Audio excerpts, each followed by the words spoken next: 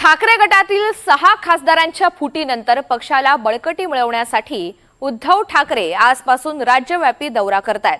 आज सकाळी यवतमाळ, संध्याकाळी हिंगोली आणि उद्या परभणीमध्ये ठाकरेंची सभा होईल। मेळाव्यानंतर उद्धव ठाकरे कार्यकर्ता आणि पदाधिकाऱ्यांचा मेळावा घेणार आहेत, त्यातून त्यांना ते मार्गदर्शन करतील। त्यामुळे कार्यकर्त्यांना नेमका काय कानमंत्र दिला जातो हे पाहणं महत्त्वाचं असेल। या सगळ्या संदर्भात आढावा घेतलेला आहे आमचे प्रतिनिधी प्रतीक राठोड यांनी।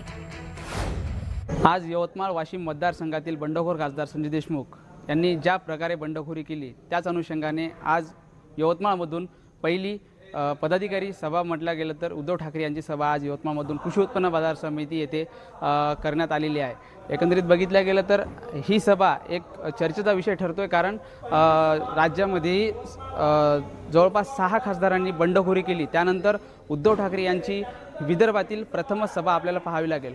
आपण बघू शकतो की कशा पद्धतीने या ठिकाणी तामझाम केलेला आहे। पदाधिकाऱ्यांना बसण्यासाठी व्यवस्था, कार्यकर्त्यांना बसण्यासाठी व्यवस्था या ठिकाणी सुटसुटीत करण्यात आलेली आहे। सध्या जवळपास तयारी झालेली आहे। ही सभा आज 10:30 वाजता ठेवण्यात आलेली आहे। या सभेमध्ये मिलिंद नार्वेकर असतील, वणीतील आमदार संजय देरकर असतील, पक्षप्रमुख प्रवीण शिंदे असतील, राजेंद्र गायकवाड असतील, या सर्व पदाधिकाऱ्यांचा या सभेमध्ये आज सहभाग असणार आहे। एकंदरीतच बघितलं गेलं तर या सभेमध्ये ही सभा विदर्भातील यवतमाळमधून पहिली सभा असल्यामुळे या सर्वांचं लक्ष या सभेकडे लागलेलं आहे।